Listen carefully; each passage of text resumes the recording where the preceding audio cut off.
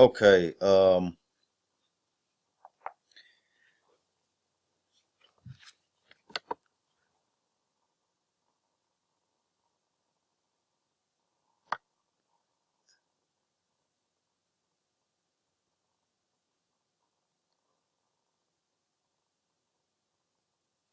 so this is the Girded King channel. It's a new channel.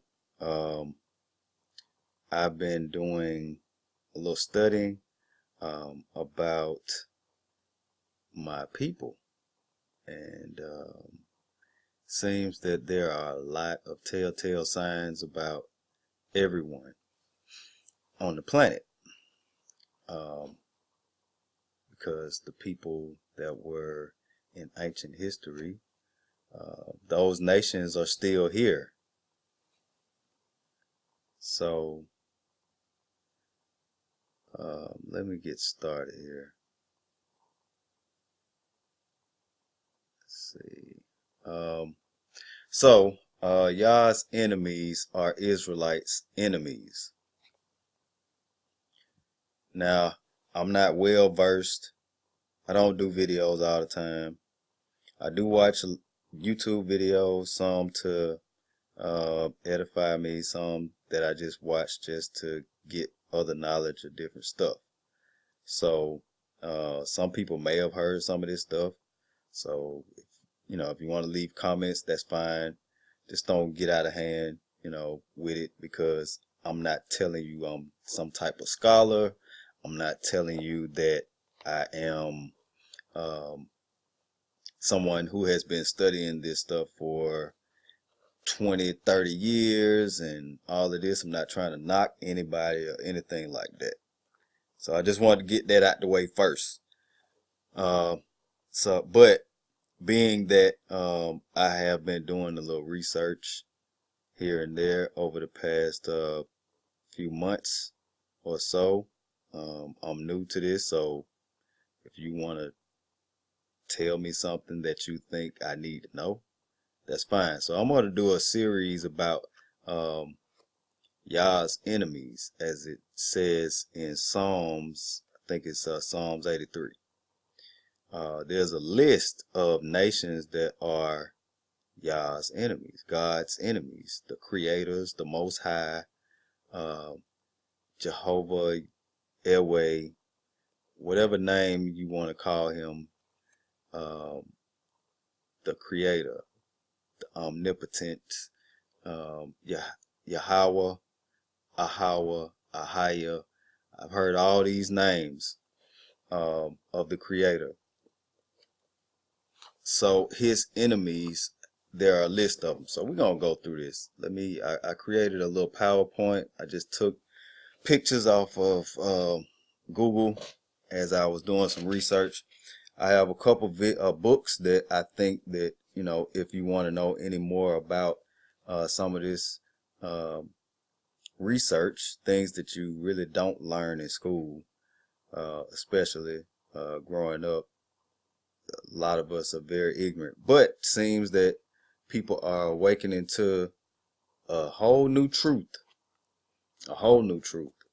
Some people have been in the truth for a long time, but a lot of us are just getting into it. So just bear with us. So the books I looked up, there's a book, well, the first part of my video is called Who is Esau Edom? Okay. And if you don't know the story of Esau and Jacob, then I'm going to run through that as well.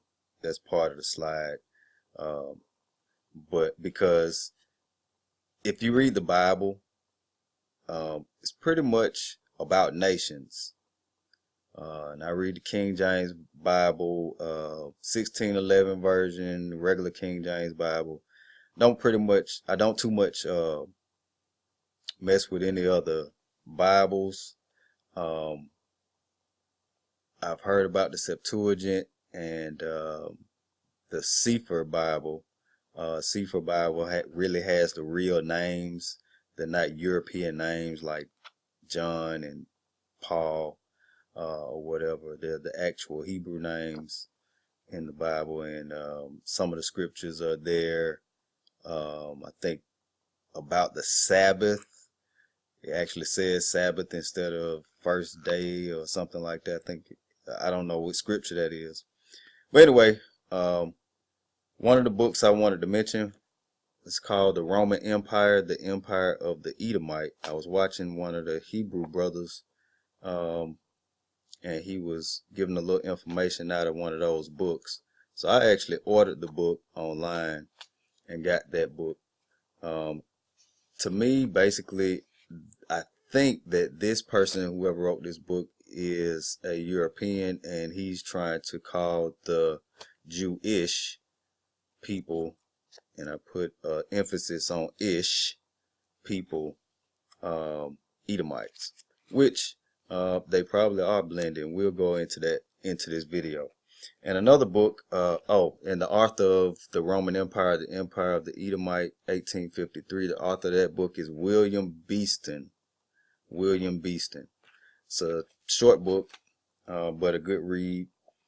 Then I have this book is more about us being the people of the book, Tribe of Judah. It's called The Negro Question, and the author is Lee B. Cummings, and he has a few of these books, part 1 and a part 2. So, but in this particular book, there was a piece in here of art of a actual Israelite Roman, believe it or not. Okay, so let's get into it. Yah's enemies, Psalms 83, King James Version, and it reads, keep not thou silence, O God, hold not thy peace, and be not still, O God. For lo, thine enemies make a tumult, and they that hate thee have lifted up the head. They have taken crafty counsel against thy people, and consulted against thy hidden ones. So this first part is telling you that, I believe this is David wrote Psalms. So King David is talking to God, and he's saying, God, you have some enemies that are actually upset. They make a tumult. They're upset about something, about you. More than likely, these other nations are upset because of God's promise to his people. All right.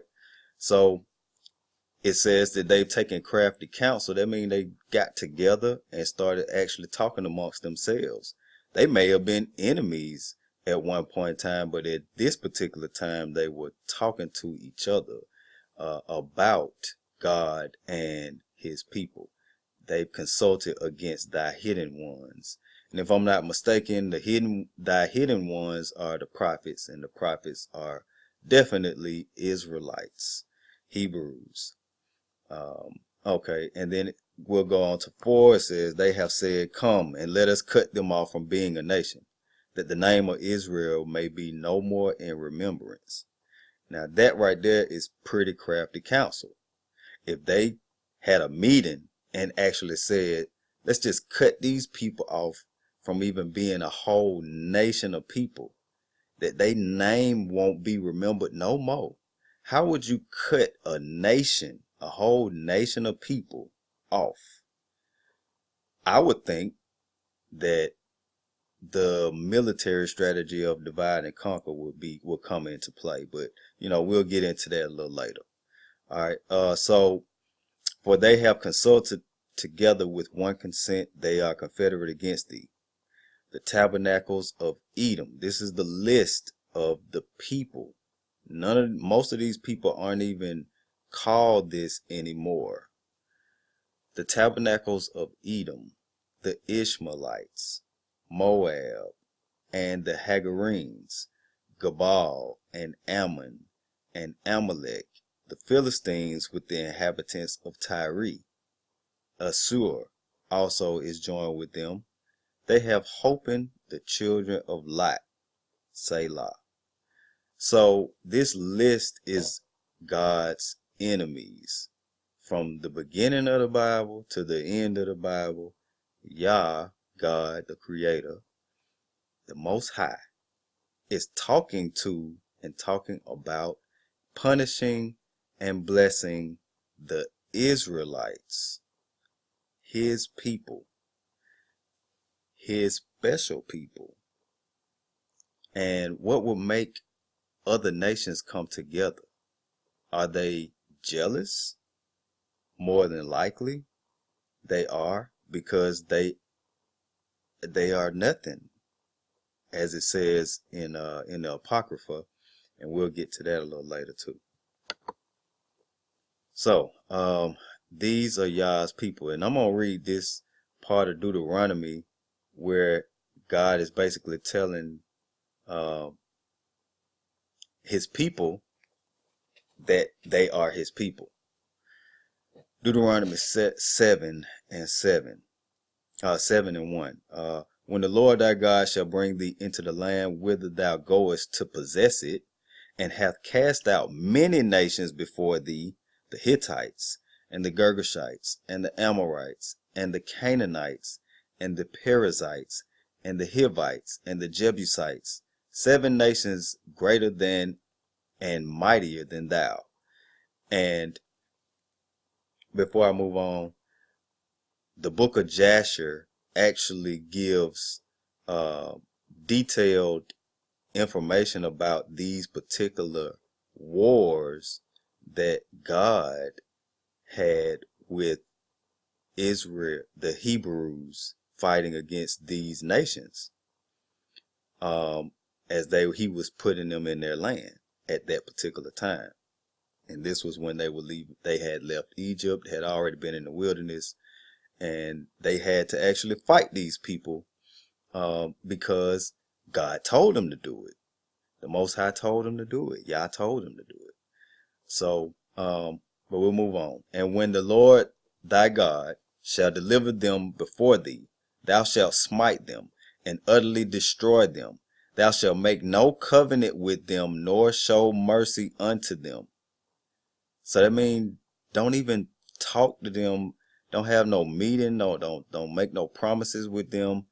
Don't show them no mercy. Just kill them. Neither shalt thou make marriages with them. Thy daughter thou shalt not give unto his son, nor his daughter shalt thou take unto thy son.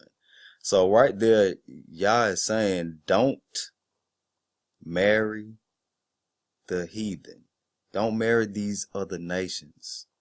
And let's see why. For they will turn away thy son from following me, that they may serve other gods. So will the anger of the Lord be kindled against you and destroy thee suddenly. So he's giving the Israelites a warning right here. He's giving the Hebrews a warning. If you marry them, all they're going to do is turn you away from me. Y'all eyes are on me right now. I don't want y'all to be off of me. That's basically what God is saying. He's a jealous God. Thou shalt have no other gods before me, right? All right. So here we go.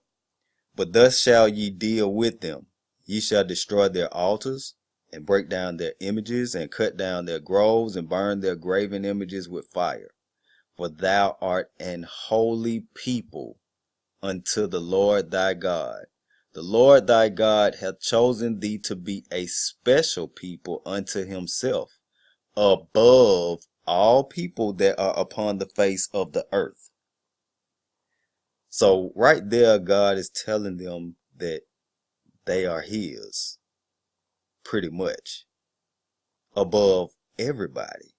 The Israelites, the Hebrews, the 12 tribes of Israel are above all the people that are upon the face of the earth. So if you fall up under that category, then you really are supposed to be above all people upon the face of the earth. Some things happen later on in Deuteronomy, in Deuteronomy 28, that actually perspired. Well, things happened a little further, but God gave the children of Israel warnings. You're either going to take these blessings or you're going to take these curses. You're going to do what I say or you're going to be cursed. But anyway, we'll move on from that. That's another video. We're trying to get to Esau. The Lord did not set his love upon you, nor choose you, because ye were more in number than any people, for ye were the fewest of all people. But because the Lord loved you, and because he would keep the oath which he had sworn unto your fathers, hath the Lord brought you out with a mighty hand, and redeemed you out of the house of bondmen, from the hand of Pharaoh king of Egypt. So right here you can see that Yah chose a nation of people for himself that's supposed to be above all people. And they wasn't even that numerous. Wasn't that many of them. Later on, Yah blessed them to be many, but that's another video. Let's get to Esau. So Jacob and Esau. Now I got this picture off the internet, so don't you don't have to think that that is actually Esau and that is actually Jacob or Jacob. I put Jacob on there because I've found out that the letter J is actually a new letter. There was no letter J back during biblical times. I think the letter J was established, if I'm not mistaken, I heard it was the 1500s. We could look it up, but I'm not going to do that right now. 1500s, 1600s, or something like that. Anyway, let's get to Esau. So these are the generations of Isaac, Abraham's son. This is Genesis 25, chapter 25, 19 through 34. And these are the generations of Isaac, Abraham's son. Abraham begat Isaac. And Isaac was 40 years old when he took Rebekah to wife, the daughter of Bethuel, the Syrian of Padanaram, the sister of Laban, the Syrian. And Isaac entreated the Lord for his wife because she was barren. And the Lord was entreated of him. And Rebekah his wife conceived. And the children struggled together within her. And she said, If it is so, why am I thus? And she went to inquire of the Lord. And the Lord said unto her, 2 nations are in thy womb, and 2 manner of people shall be separated from thy bowels. And the one people shall be stronger than the other people, and the elder shall serve the younger. And when her days be delivered were fulfilled, behold, there were twins in her womb. And the first came out red all over like an hairy garment. And they call his name Esau. And after that came his brother out, and his hand took hold on Esau's heel, and his name was called Jacob. And Isaac was 80 years old when she bare them. And the boys grew, and Esau was a cunning hunter, a man of the field, and Jacob was a plain man, dwelling in tents. So basically, if you read this, you don't see a description of Jacob or Rebekah or Isaac or even their descendants, Bethuel or Laban. Well, actually, Bethuel was a Syrian, and Laban the Syrian. They were Syrians. But you don't see a description of them, though. You see a description of Esau. Esau came out red all over. When the Lord told her there were 2 nations, that means that they were 2 different types of people. And that's what it says. 2 manner of people shall be separated from thy bowels. Separated. Okay. So Esau was a red boy. He came out red. He could have been albino, or he could have been looking like a redneck. I couldn't tell you for sure, but I know that this is what this says. He came out red. And I don't think this means red like what they call the Native Americans. No. A lot of the Native Americans that actually were blended in because of rape and pillaging by some of Esau's people. And they got that red tint to them. A lot of them looked like us, like Jacob. But we'll get into that on another video. I'm gonna keep doing these videos because I like doing this. This is awesome. This is edifying, and it's encouraging, because if you didn't know who you were and you find out who you are you going to just lay back and be the person you were, or are you going to move forward? So I'm moving forward, and I'm looking at this, and I'm just seeing different things happening in the world now, and I can see why they're happening in the world now. All right, so here we go. Esau sold his birthright. All right. I put a question mark there because there is an actual passage in Genesis.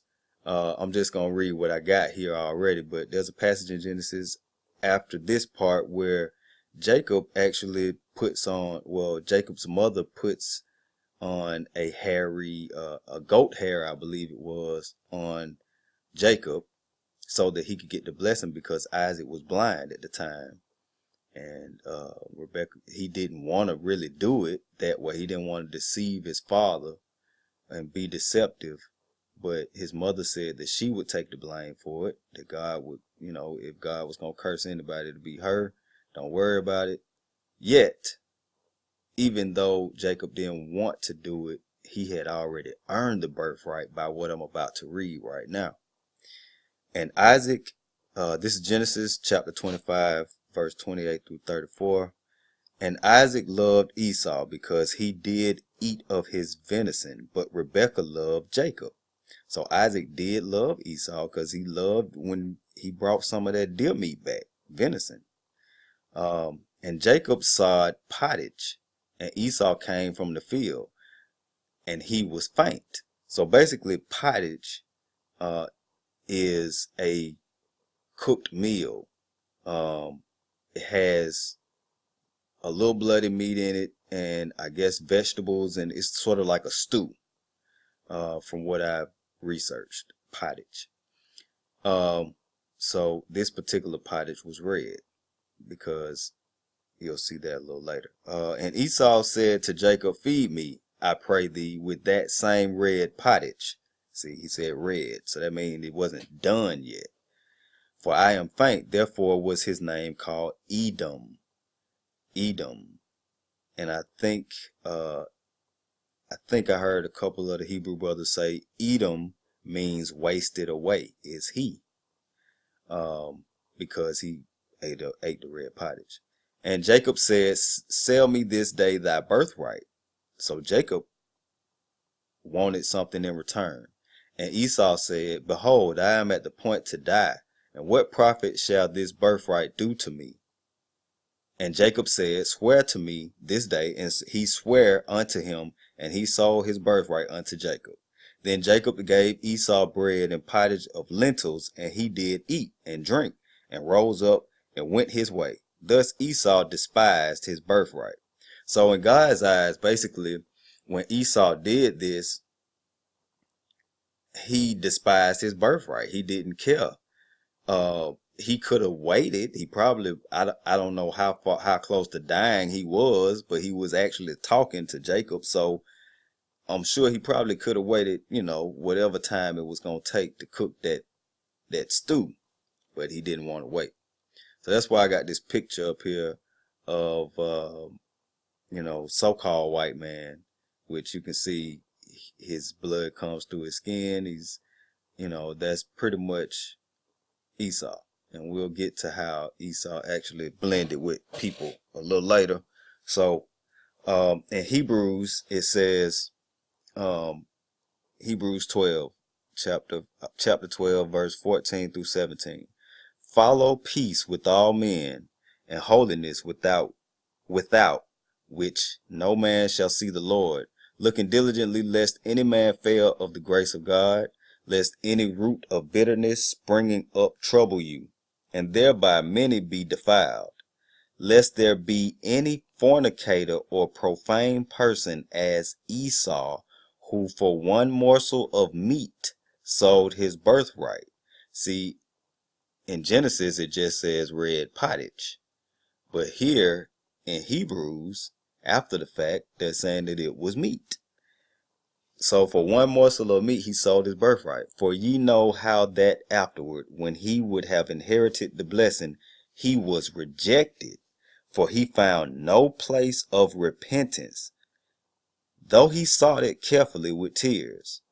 Though he was upset, crying, asking for forgiveness, and whatnot, and he wanted his birthright and claiming that Jacob took his birthright when he actually sold it. So there was no place of repentance for Esau. He was rejected. Wow. No place of repentance. Does that mean that Esau can't repent? Maybe not. The commandments were actually given just to God's special people, the Israelites. So maybe he cannot repent. Let's keep moving. So this is before I get into who is Esau, just want to show what Esau is about in the Bible. All right, so God hates Esau, and he said that. Even though you have some religious people that'll say that God doesn't hate anybody and God is love. If the first commandment says he's a jealous God, God do more than love. He has wrath and everything else. But anyway, let's move on. Malachi chapter 1, verse 3 through 4. And I hated Esau and laid his mountains and his heritage waste for the dragons of the wilderness. Whereas Edom saith, we are impoverished, but we will return and build the desolate places. Thus saith the Lord of hosts, they shall build, but I will throw down, and they shall call them the border of wickedness, and the people against whom the Lord hath indignation forever. Now that's deep. God has indignation. He hates these people forever. They said that they'll build up the desolate places after God destroyed their places and left them to the dragons of the wilderness. What people are always talking about dragons and living in wilderness, kingships and so forth and so on. That's deep. That's something to think about. All right. So Romans chapter 9 verse 13. As it is written, Jacob have I loved, but Esau have I hated. So Yah loves Jacob. Jacob is one of the is the progenitor of the 12 tribes of Israel. So yeah, let's move on. The Messiah prophesied to destroy the people of Edom. Remember, Esau's name was changed to Edom. So his children and his people that lived in his land were called Edomites. All right, so here we go. Who is this that cometh from Edom with dyed garments from Basra? This that is glorious in his apparel, traveling in the greatness of his strength. I that speak in righteousness mighty to save. Wherefore art thou red in thine apparel, and thy garments like him that treadeth in the wine fat? I have trodden the winepress alone, and of the people there was none with me.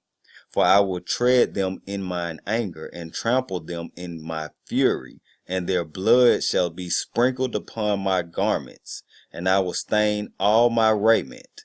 For the day of vengeance is in mine heart, and the year of my redeemed is come. And I looked, and there was none to help, and I wondered that there was none to uphold. Therefore mine own arm brought salvation unto me, and my fury it upheld me. And I will tread down the people in mine anger, and make them drunk in my fury, and I will bring down their strength to the earth. So this is pretty much Jesus. This was I didn't even put the My bad, y'all. But this is in Isaiah, I believe, in one of the prophets' books, where he was prophesying and saw Jesus leaving Edom and destroying the people in Edom. Um, and their blood was all over his garment. And even here he says his arm brought salvation unto him. So he must have been swinging a mighty sword and doing his thing. That's not that Jesus that most people be thinking about. That's just passing out bunny rabbits and Easter eggs. All right, let's move on. The prophet Obadiah. So this is another one of the prophets. The Bible is full of prophets. This is how we're going to get to how I wanted to get to a point where you see who Esau is today, who he mixed with, who his children, not Esau himself, but his children and his children's children, up until where we at. All right, so the vision of Obadiah. Thus saith the Lord God concerning Edom. We have heard a rumor from the Lord, and an ambassador is sent among the heathen. Arise ye, and let us rise up against her in battle.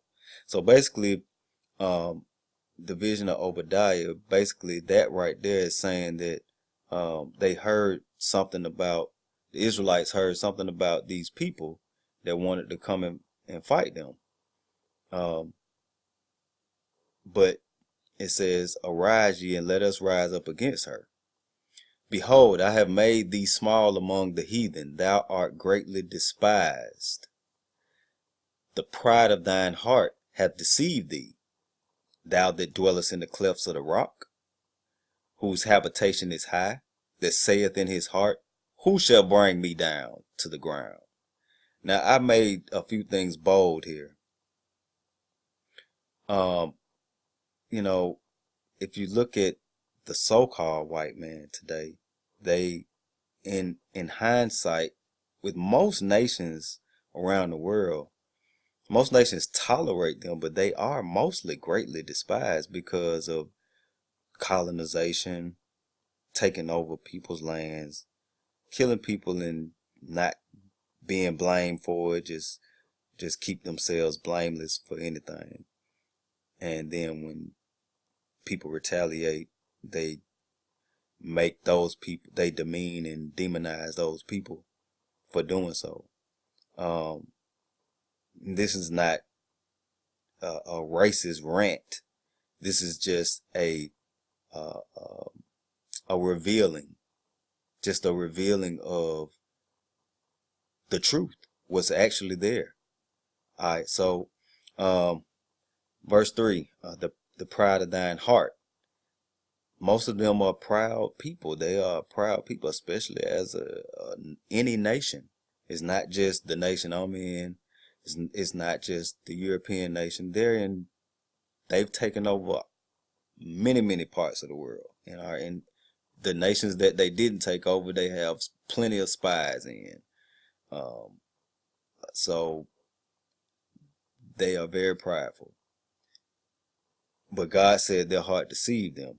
Thou that dwellest in the clefts of the rock. And I'll show you later where Edom had their cities built into the rock. All right, whose habitation is high. And their habitation is high because they lived in the mountains. That saith in his heart, who shall bring me down to the ground? That goes back to that pride. Okay, so 4, though thou exalt thyself as the eagle. Exalt thyself as the eagle. We'll look at that after this. And though thou set thy nest among the stars, thence will I bring thee down, saith the Lord. Nest among the stars.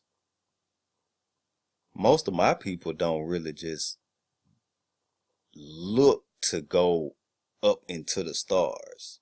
I think we pretty good down here on the planet, on the plane T. So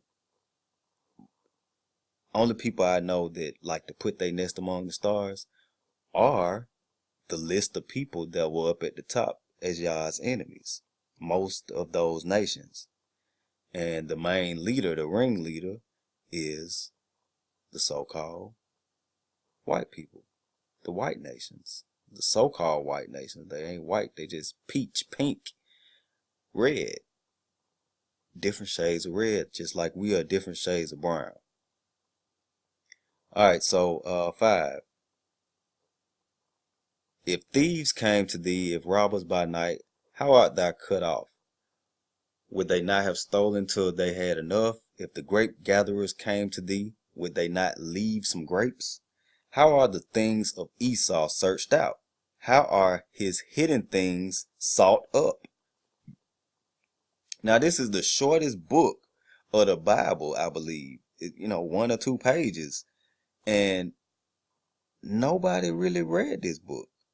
I mean, as a child growing up, I don't remember people pointing out Obadiah and Esau and all of this, but it's there. It's right there. All these clues. Here's another clue. All the men of thy confederacy have brought thee even to the border. Confederacy. Who uses that word? The men that were at peace with thee have deceived thee and prevailed against thee. They that eat thy bread have laid a wound under thee. There is none understanding in him. Okay, so that right there says the men that were at peace with thee have deceived thee. So that means that one of these days, because this is a prophecy, the other nations that are part of that list are going to deceive Edom, Esau, and going to prevail against thee. Now that goes to what's going on in the world today. The Third World War is ramping up, right? Okay. There's none understanding in him. He don't want to hear that no more. He don't want to hear nothing about your trade, your tariffs, your dollar, none of that. There's no understanding in him. Shall I not in that day, saith the Lord, even destroy the wise men out of Edom, and understanding out of the mount of Esau? So pretty much, Yah, the Most High, want to destroy these folk. And thy mighty men, O Timon, shall be dismayed, to the end that everyone of the mount of Esau may be cut off by slaughter. For thy violence against thy brother Jacob. So everything that so-called white man, which we're going to show who Esau is, we're going to get to that, has done to Jacob, which will be another video to show you who Jacob is, and we know who we are. For thy violence against thy brother Jacob, shame shall cover thee, and thou shalt be cut off forever. Okay, now up here in verse 8, it says the mount of Esau. And I'm going to show you that it is called Mount Seir. Mount Seir was, if you look on some of the maps, was next to or below the southern part of Israel at that point in time. The southern part of Israel was the tribe of Judah. So, well, I don't know exactly what point in time they were in Mount Seir. I don't know if it was when Israel split up into two different northern and southern tribes. I don't know if that was the case by then, but they were in Mount Seir, and we're going to go to that. Okay, so I said the eagle, right? I'm going to point out this eagle. If you look at this top picture, it actually, I got this from Google, so, I didn't create it. Obadiah, though thou exalt thyself as the eagle, and set thy nest among the stars. The star is right here above the eagle. And this is the eagle that's on the back of your dollar bill. Okay? It's always symbolism, especially with paganistic Babylonian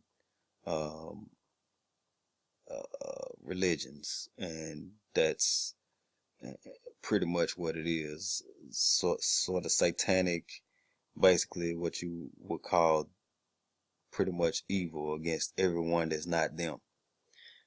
This bottom picture, this eagle, is actually, it says here, the Edomite limestone eagle found at Petra in Jordan, 1st century AD, 1st century after death, after Jesus died. This was in Edom, their eagle. This is a picture of a limestone eagle made out of limestone. Someone carved that eagle for them. So the nations of Edom always used the eagle. There are many clues in the Bible. The Bible is very cryptic a lot of times. So, but this is like just all out in the open. So let's keep going. All right. So this is where Mount Seir was in Edom. This is Edom, and over here you had Israel. All right, there's Jerusalem, and at one point in time it was split into two kingdoms: Northern Kingdom, Southern Kingdom. So, but this is where Mount Seir was. Mount Seir is located in Edom region, southeast of the Salt Sea, now part of Saudi Arabia. Edom was settled by Esau, the twin brother of Jacob. This land was promised to them by God. Yeah, in the book of Jasher, yeah, pretty much. Let's keep moving. All right, because there was a time when Jacob was dying, and he gave the land to he gave most of his possessions to Jacob. I mean to Isaac was dying. He gave most of his possessions to Jacob, and told Esau to take, a fight for his with the land or whatever. And Jacob ended up giving Esau all of his possessions, all of Isaac's possessions, and Jacob kept the land. But that's in the book of Jasher. That's another video. All right, so this is from the book of Jasher here. This excerpt is chapter 57, 1 through 5, and it reads, and it was after this that the sons of Esau waged war with the sons of Jacob, and the sons of Esau fought with the sons of Jacob in Hebron, and Esau was still lying dead and not buried. And the battle was heavy between them, and the sons of Esau were smitten before the sons of Jacob. And the sons of Jacob slew of the sons of Esau 80 men, and not one died of the people of the sons of Jacob. And the hand of Joseph prevailed over all the people of the sons of Esau, and he took Zepho, the son of Eliphaz, the son of Esau, and 50 of his men captive, and he bound them with the chains of iron, and gave them into the hand of his servants to bring them to Egypt. And it came to pass, when the sons of Jacob had taken Zepho and his people captive, all those that remained were greatly afraid of their lives from the house of Esau, lest they should also be taken captive.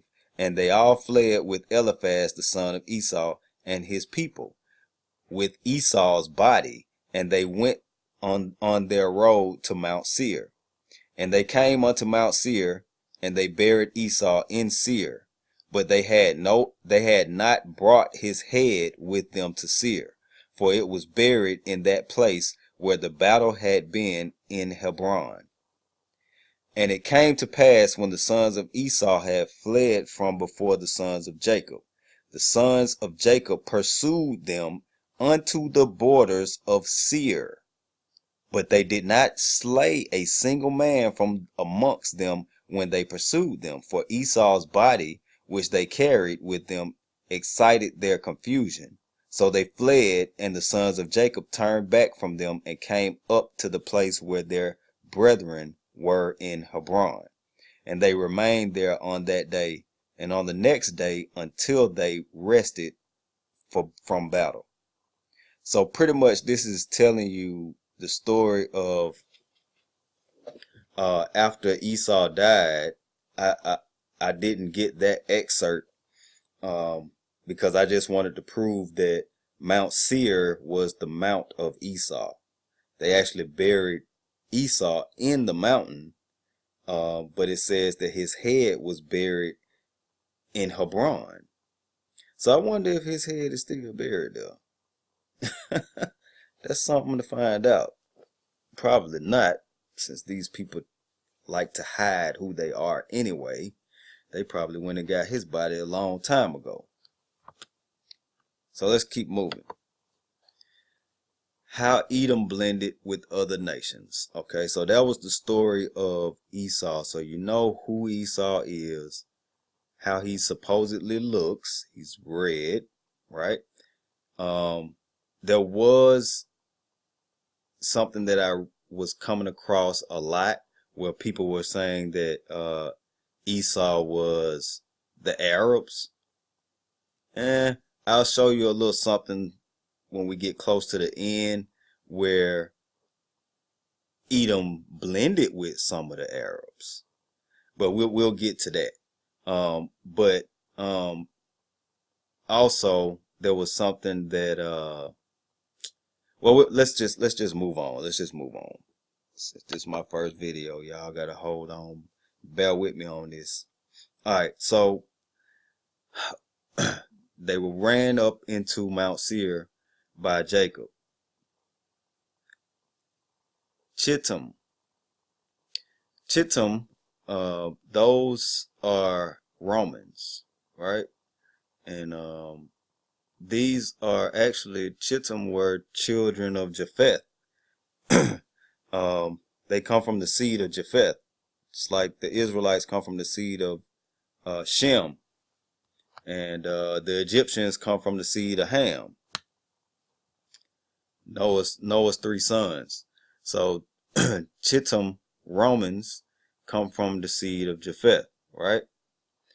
And I'll show y'all that in another slide. So let's read this. The children of Kittim, because in the Bible, in some Bibles, it says Kittim, Kittim, and in some it says Chittim. But let's just read this. I had another little excerpt, I think, where it tells you that. But anyway, let's go. Children of Kittim. Tribal name for the island of Cyprus, sometimes spelled Chittim. This name was derived from Kition, a city-state on the southern side of the island. Long associated with maritime lore, the island was ruled first by Greece, then the Assyrians, and finally Rome. And it gives you references right here. Genesis 10:4 traces the people's roots to Noah's son Japheth. Like I said, Jeremiah and Ezekiel both mentioned it in their prophecies. Jeremiah 2:10, Ezekiel 27:6. Compare Isaiah 23:1, Isaiah 23:1. I got all of this copy and pasted off of Google. All right, so this is from a Holman Bible Dictionary. I myself, I have a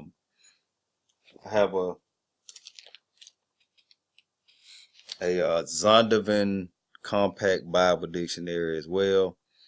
It's good to keep a Bible dictionary when you're reading this stuff, because some words you may not know at all.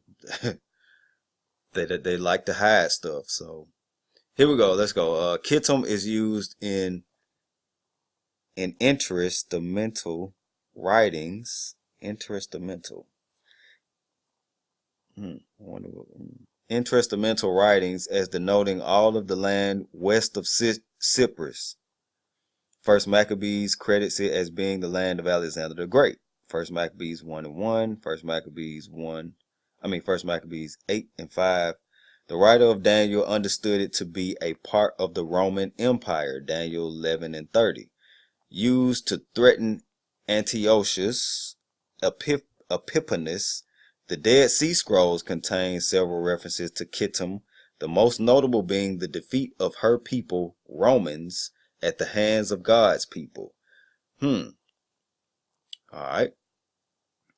A mention of Chittim is in the book of Daniel. I just put that excerpt in there. It said it up here earlier in the other paragraph. Daniel 11 and 30 says, "For the ships of Chittim shall come against him. Therefore he shall be grieved and return and have indignation against the holy covenant. So shall he do. He shall even return and have intelligence with them that forsake the holy covenant." So that right there was saying they have anger against the holy covenant, God's covenant with his people, with the Israelites. So the children of Japheth had anger. They were angry about that. The children of Chittim, these Romans.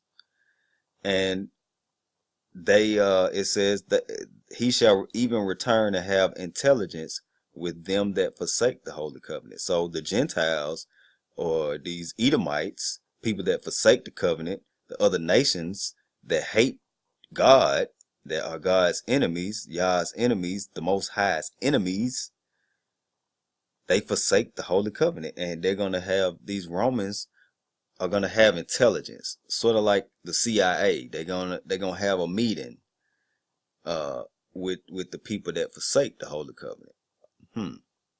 All right, so Jasher chapter 90. We're still talking about how Edom blended with Rome, how Edom blended with other people. So Jasher, the book of Jasher reads, chapter 90, verse 1 through 10.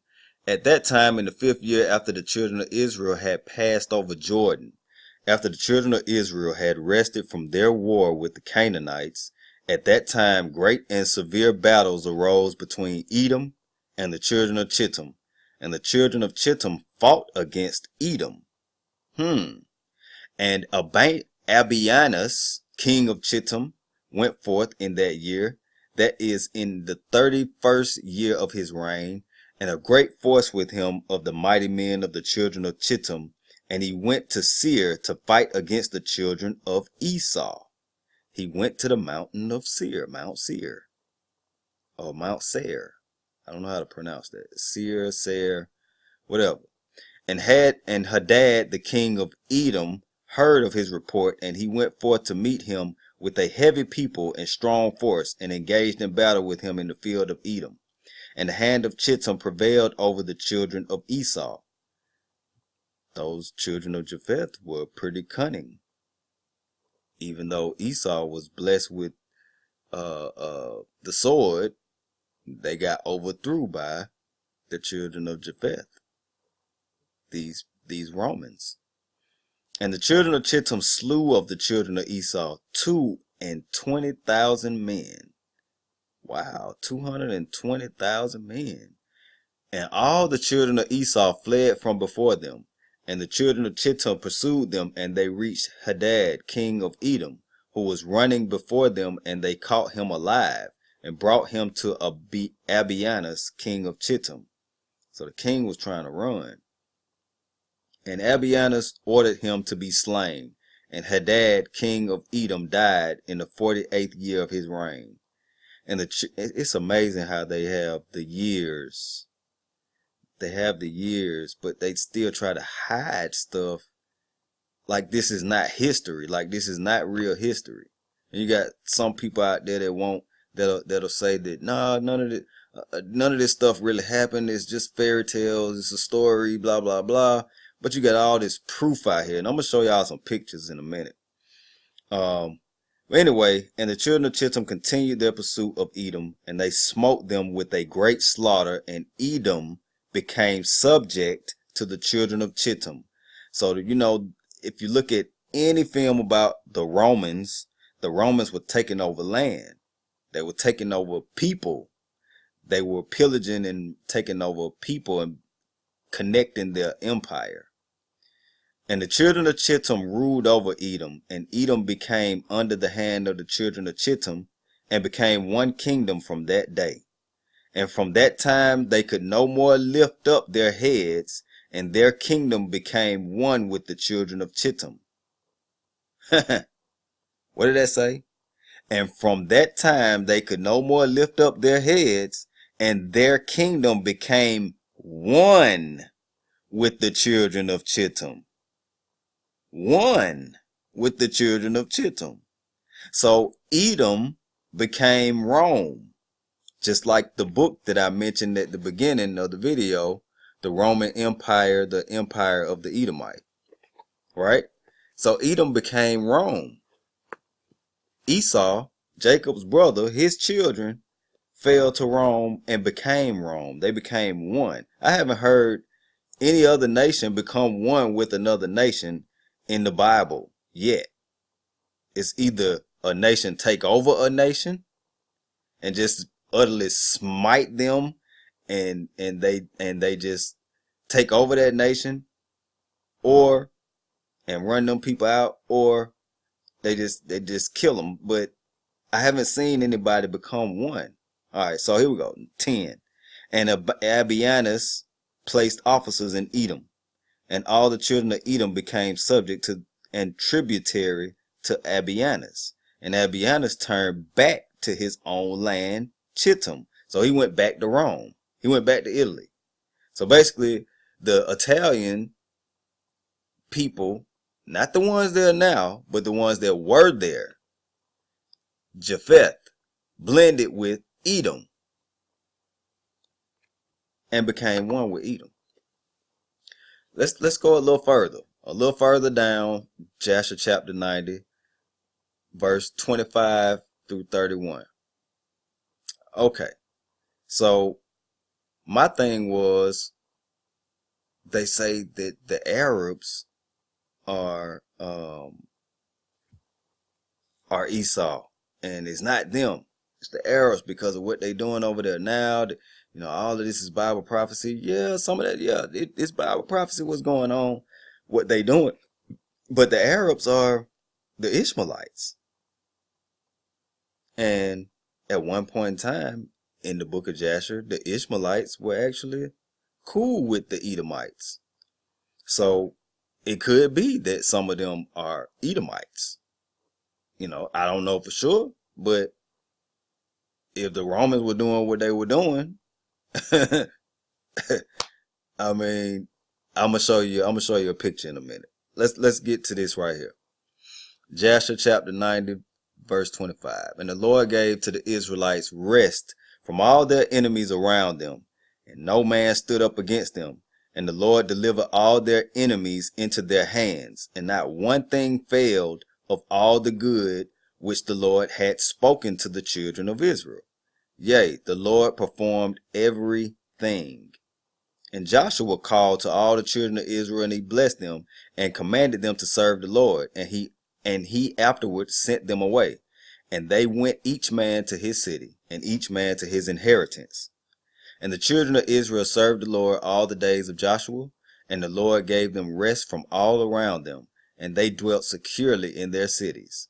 Man, that sounds like a proud people right there. They proud. They did exactly what the Lord asked them to do at that point in time. And everything happened the way he wanted it to happen. Man, I know they was proud of themselves at that point in time. 28. And it came to pass in those days that Abianus, king of Chittim, died in the 38th year of his reign. That is the 7th year of his reign over Edom. So he had 7 years over the Edomites, as they were one. And they buried him in his place which he had built for himself. And Latinus reigned in his stead 50 years. So this next guy, his name is Latinus. Another Roman. I take it either a Roman or he was an Edomite. I don't know. It doesn't say.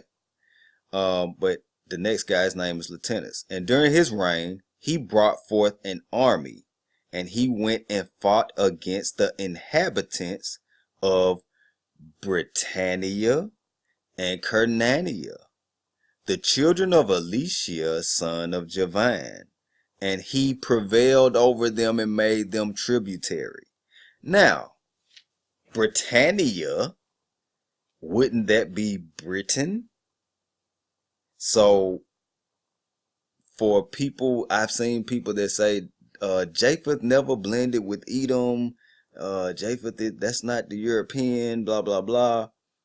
But this says that Edom was one with Chittim, and Chittim took over Britain. Canania, I tried to look up Canania. A couple of people had Germany and Germany or Greece.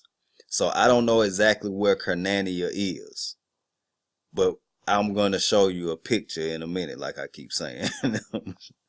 So they took over Britain, the UK, pretty much. That's where they were. And this was before Jesus.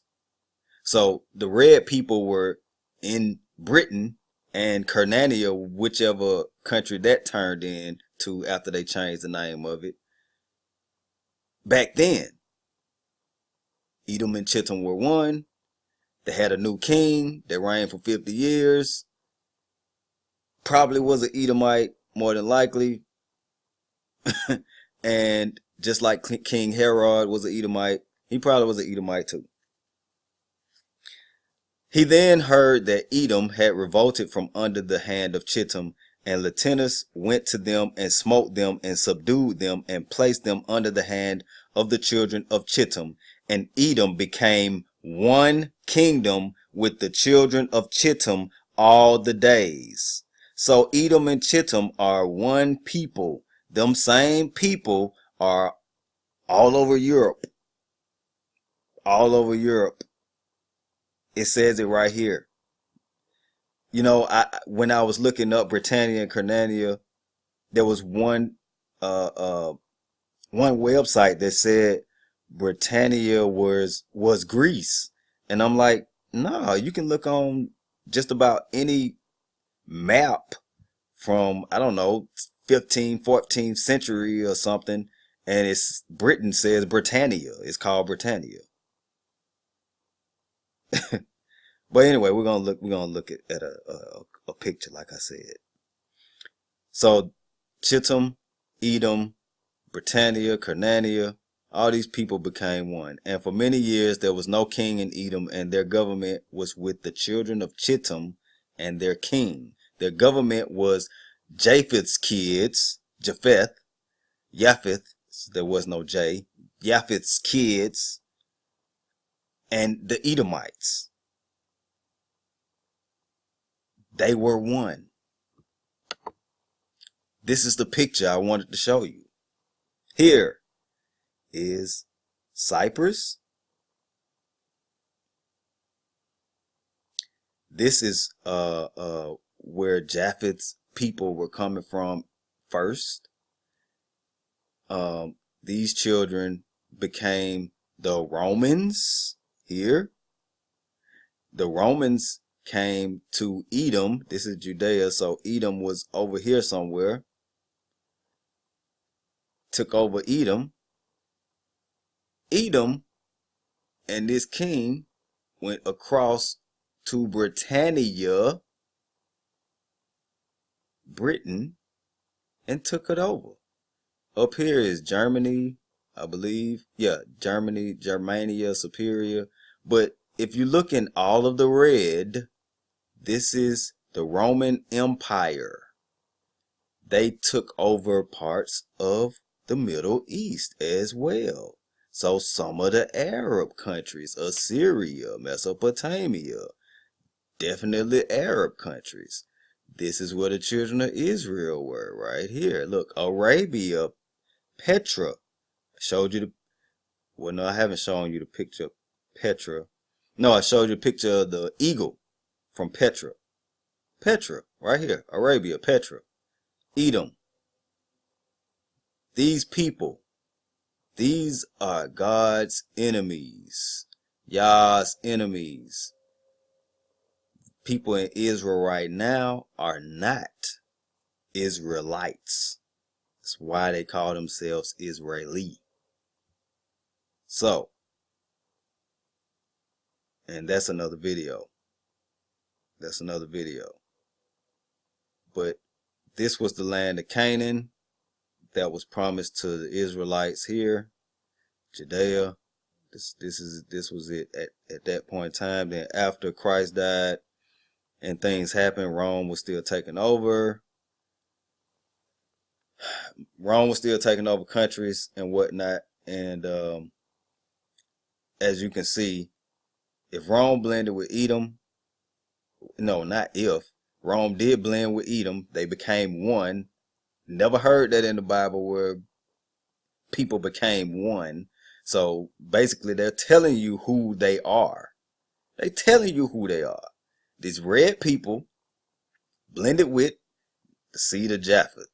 The seed of Japheth is all over Europe. All over Europe. Okay, next slide. This is another picture of the Roman Empire. Another picture, same thing. You got Britannia over there, like we just read. North Africa, Arabia, Judea. You know, they took over everything. They took over Israel. So up there it did say the children of Elisha. I just wanted to prove that these were Japheth's people. So I Googled it and got a screenshot. Elisha was actually, or Eliseus was actually a man. Was actually a man. Was the son of Javan, according to the book of Genesis. In the Masoretic text, the Greek Septuagint of Genesis 10 lists Elisa not only as the son of Javan, but also among the sons of Japheth. Possibly a copyist error. I don't think so, because I saw Japheth's name right here. Right here. This is, I believe, an excerpt from Wikipedia. Javan, Japheth's son. Javan was the fourth son of Noah's son, Japheth, according to the table. And as you can see, if you look down here, under parents, it says Kittim and Elisha. Kittim. So Japheth's son, Javan, his child, Kittim, came back and slaughtered his own people, Elisha, in Britannia. So Japheth's people in Britannia was Elisha, and Kittim was also that they're related. They were related. Their seeds were related, and they actually fought against each other. Ain't that something? Sound like them. All right, here we go. In summary, the children of Japheth, Chittim, Rome, blended with the warlike Edomites, whose father Isaac blessed them to take things and land by force, who in turn captured Europe, which includes Britannia and Cernania, like we read up there at the top. Captured Europe, North Africa, West Asia. So you wonder why. Ain't that something? That's something to think about. Because, which this will be another video, a lot of the people were dark. A lot of the people in Asia were dark. A lot of the people actually in some parts of Italy and Germany, well, not Germany, but Italy and Europe were dark. Eventually got ran out. But if these red people were taking over everything back then, that's probably how some of the Asians have that, non-pigmented skin and stuff like that. Some of these other folk, look at where they took over at. Just think about that. And this was before Jesus. So yeah, they took Britain all before Jesus was born, according to the book of Jasher. which is a recommended read. I recommend you read that because it's actually talking about the wars and stuff after God freed them from, God and Moses freed the Hebrews from Egypt. It actually explains why the Egyptians put them in slavery as well, and how they did it, because they were trying to. It's amazing. Edom is everywhere. They were trying to build up two cities that they heard Edom was coming to sack. Edom and I believe it was some either Amorites or Ishmaelites, but they were coming to sack Egypt's cities, two of Egypt's cities, and they asked the Israelites to help them build up their cities. But that's a whole nother video. That's a whole nother video. So Edom was warlike. These people today have blended into the true red man who has no melanin and his blood shows through his skin. He calls himself white, beginning in 1600s, but are red. And I said beginning in the 1600s. I don't know for sure, but I've heard that Caucasians didn't call themselves white until the 1600s, till the late 1500s, early 1600s, because they were all still calling themselves by their nation or empire. Rome had an empire. They were called Romans at that point in time, and they knew where they were from. If you were a Greek Roman, because the Romans took over Greece, then you were a Greek Roman. If you were a Italian Roman, well, you were a Roman. But if you were in Britannia Roman, I would take it that you were a British Roman. So yeah, they weren't even calling themselves white. And I believe that's all in that deception of those, the confederacy that's against God and God's people, God's enemies. Now, here's another picture. I said I was going to show you some pictures of the Mount Seir. To the right, you see they carved their cities in the mountains. That's why in Obadiah it says those that dwell in the clefts of the rock. They dwelled in the clefts of the rock for real. They carved cities in the mountain. If you look to the left, it shows you that the kingdoms of the Edomites were Romans. The first kingdom was Mount Seir. As you can see to the left, those columns, the way that they shaped everything, that was Mount Seir. The same as that picture to the right. It's probably a different part of Mount Seir. But as you can see, Greece, Rome, Spain, they all kind of look alike. They all kind of favor. Even the United States. Rome is still here. Them people ain't went nowhere. They ain't went nowhere. Second Esdras, chapter 6, verse 7 through 9. Then answered I and said, what shall be the parting asunder of the times? Or when shall be the end of the first and the beginning of it that followeth? That's Esdras asking God, asking the Most High, when are we going to see something different? Because Esdras was very curious and asking God questions about, what's going on with the Israelites and what's going on with life, period. Why are you doing the things that you're doing, God? Esdras was real vocal, and God let him do it. They actually had conversations. And in this conversation, God says, and he said unto me, from Abraham unto Isaac, when Jacob and Esau were born of him, Jacob's hand held first the heel of Esau. For Esau is the end of the world, and Jacob is the beginning of it that followeth. The it that followeth will be the new kingdom, heaven, the 12 gates for the 12 tribes of Israel. That's the it that followeth. Esau is the end of the world. Look at those nations again. These are the people that do world wars.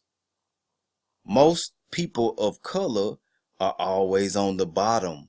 We don't start a war. We might fight in it because we live in a certain country, but we don't start these wars. We're not trying to fight these nations. We just want to live. Pretty much.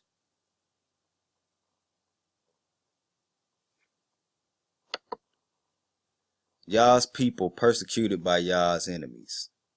This is also in 2nd Esdras, chapter 6, verse 54 through 59. And after these, Adam also, it's talking about Adam, being that Adam was the progenitor of everyone, of all of God's people. And after these, Adam also, whom thou madest Lord of all thy creatures, of him come we all, and the people also whom thou hast chosen. All this have I spoken before thee, O Lord, because thou madest the world for our sakes. So Esdras is reminding Yah of what we read earlier. That was he was saying in Deuteronomy that we are a special people unto himself. You made the world for our sakes. Then in 56 he says something strange. As for the other people which also come of Adam, thou hast said that they are nothing, but be like unto spittle, and hast likened the abundance of them unto a drop that falleth from a vessel. They are nothing? Man, that's kind of harsh. And you still don't think these people were pissed off? After they know that God thinks that they are nothing? That Yah, the creator, says that they are nothing? That the world is just for the Israelites? Yeah, they was jealous. Man, why wouldn't they be? Why wouldn't they want to get rid of us? Why wouldn't they be mad at their creator? Not saying that they right, but they were created for that purpose. They were created for that purpose. And that's a whole nother video too. 57. And now, O Lord, behold, these heathen, which have ever been reputed as nothing, have begun to be lords over us, and to devour us. But we, thy people, whom thou hast called thy firstborn, thy only begotten, and thy fervent lover, are given into their hands. If the world now be made for our sakes, why do we not possess an inheritance in the world? How long shall this endure? So Esdras, this prophet, is asking God many questions throughout his book. But he's basically saying that since we are who we are, what's going on? What gives? Why you let them take us? Right? They're lords over us, just as we are today. Most of the true Israelites, the people of the book, from the bloodline, are at the bottom, poor, struggling to live as a nation. Now you got a few here and there sporadic that got some money, that have status, that have a little so-called power. But if you can understand who these people that run these nations are, that are God's enemies, that we read earlier, God's enemies, Yah's enemies, the creator's enemies. If you understand who they are, and I just showed you who they are, they try to hide everything, but when the Lord wants stuff revealed, it's going to be revealed. There's nothing they can do about that. Nothing they can do about that. And for some reason, I feel like there's some kind of awakening happening. There's something happening in this nation, in this world, not just in this nation. Look at South Africa. Um, I've heard that a lot of actual Israelites that fled from the chattel slavery, slave trade, were migrating down to South Africa, and they lived amongst a lot of the people that were actually inhabiting, a lot of the Africans that were actually inhabiting the lands down there. So some of those people may be our people too. But look what's happening over there right now. They trying to get their land back from the colonizers, as the chick said on Black Panther, which is a whole nother video. Whole nother video. But they're about to get their land back. The president just announced that they're gonna take their land back if they got to, but they're not gonna pay these people, the colonizers, for their land. Then the colonizers are trying to get help from the other white nations. I saw a video today. They trying to get help. They want to fight, which is in there. That's exactly what we read about them. They want to fight. They want to fight. They're not going to leave without a fight. Did not Isaac hand that blessing off to Esau? Yeah. That he take over lands by force, or is mighty with the sword? Yep. Esau was a cunning hunter. Most of the hunters that you see on TV and just about anywhere usually are them people. Most of the time. Like, you got brothers that know how to hunt, but it's not something that they just do all the time and have and it's just a thrilling moment to just go hunt animals to hang on their walls. Esau ate the red pottage. Who still eats their meat raw, or rare? They call it rare or medium rare. Still has blood in the middle. Ugh. But you know who they are. You know who they are. I just showed you who they are. I just showed you who they are. Pretty much. Pretty much. That's who they are. This was even before Jesus was born, what these Romans were doing. Romans and Edomites. Rome and Edom.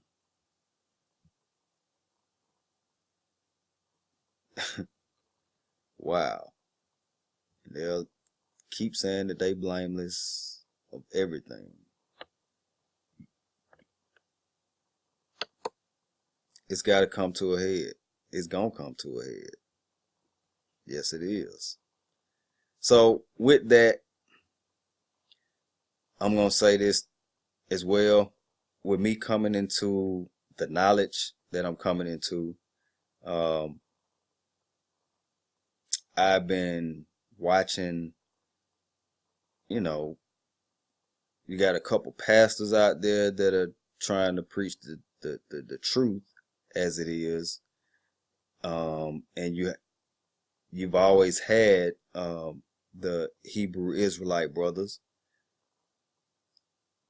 And I watch you guys and I'm like, man, just me finding out who I am now and who it points to, and you can just feel it. I don't understand why you guys always have beef with each other. Is it for YouTube plugs, ratings, or whatnot? I don't know. But if we gonna be a nation of people, like earlier I said, they must have been proud after they fought their enemies with God. Because if you read the book of Jasher, God is fighting with them. I mean, he with them. And we have an enemy that's oppressing us, and we know who it is, and we know who they are, and we know how we got here and to this point, and we know that there needs to be repentance, and we know that there are things that we need to get back to. Then why are we not doing that? Why is there so much beef and confusion? That's crazy, man. I'm not, I don't belong to a so-called camp or whatever. Well, not so-called camp, but I don't belong to a camp. Um, I'm not claiming anything, but I am coming into this knowledge. And if y'all got this knowledge and you already know it and you got it, why beef with each other about that? About, I don't know. I see some say that you should do this, but some say you shouldn't do this. Different things that y'all squabble about. Will it come to a point where y'all just come together and then produce something that's going to affect us in a good way? Pray together, make it known to the Most High that all of us are seeking His face, so that that day can come. I don't know, man. I mean, it just seemed petty and silly to me, like for real. A lot of y'all older than me, some of y'all not, but it just seemed petty to me. Y'all older than me in the knowledge, for sure. Just seemed real petty. We got a chance to do something better. It'll be 400 years on paper next year, August 2019. Not saying that, no man know the day or the time. Yeah, I'm not saying Yahs coming back at that point in time, but we all see a lot of signs that are ramping up to a point where these people that I was just talking about or researching, they about to go against each other. Y'all's enemies about to turn on each other. You can just see it. It's just building up. It's building up. Might not be this year, might not be next year, it might not be the next 5 years. But it's building up. You don't know when it's gonna be. It's building up. Many signs. The blood moon. Supposed to be another one next year, January, from what I hear. It's just many signs. The fakery with these rocket launches and all this stuff. It's just a lot of different signs trying to put their nest among the stars. It's just a lot of different signs, man. And brothers will sit there and yip yap about each other like hoes. Yeah, I mean, not calling y'all that, but do a self check. You know what I'm saying? Look at yourself in the mirror, man. I mean, if we all know who we are, we need to be coming together. Believe me, they came together. Psalms 83, they came together, and made Israel no more. Made the name of Israel no more in remembrance.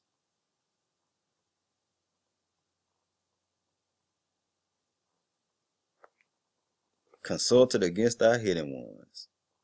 They came together. It's not like we haven't done it before. We did. We made God proud in history. Back then, if you read the book of Jasher, and a couple of books that's in the Bible where it actually, don't give the full details, but actually mention what was going on. But it just really looked silly, man. And y'all can do better than that. For real. For people who ain't even up on this, y'all can do better than that, man. But I appreciate all the knowledge that I have learned from just watching you guys. Y'all are real diligent people. Diligent people. A lot of people are coming out of them churches. I mean, because it's not there. The spirit ain't there no more. You know, the spirit ain't there. You can just feel it when you walk in, like it just feels sticky on you. It ain't right. What they talking about ain't right. You know, it's it's theatrics, and you paying for your theatrics. I saw one brother had a video about tithing, and tithing wasn't even money. And they using different verses just to make you tithe and pay them. No.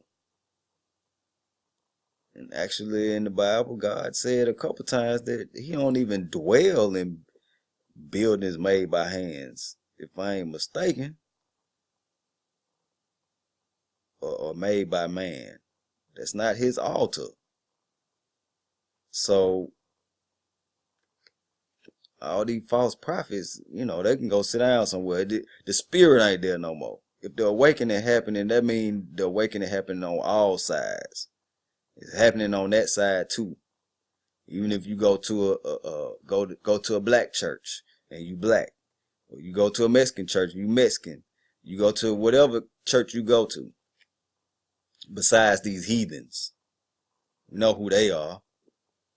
All these churches follow that style of Roman Catholicism, and we just read who Rome is: the Edomites, who God hates. So why would you even follow that? The Israelites had a way of life, not a religion. God told them to destroy them people altars, as we just read.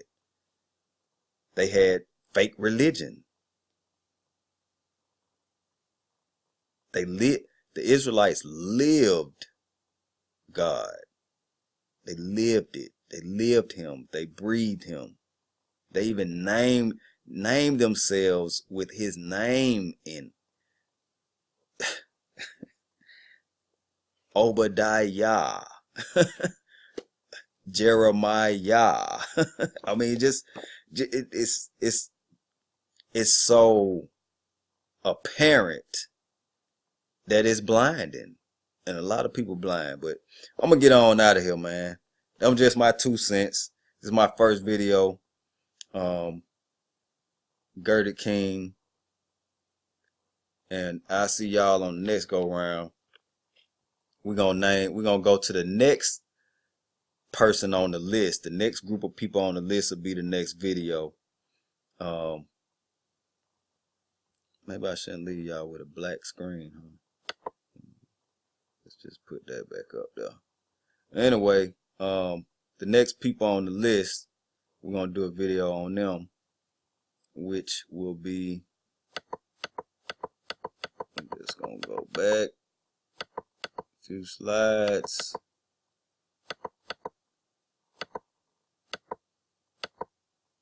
Like I said, in my first video on this.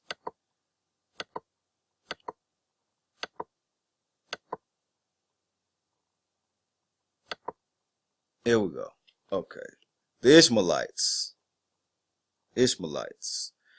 will be next on the list. Next on the list. Then Moab. And then on down the list.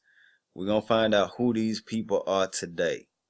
We're going to find out who these people are today. How they actually, where they came from, where they were.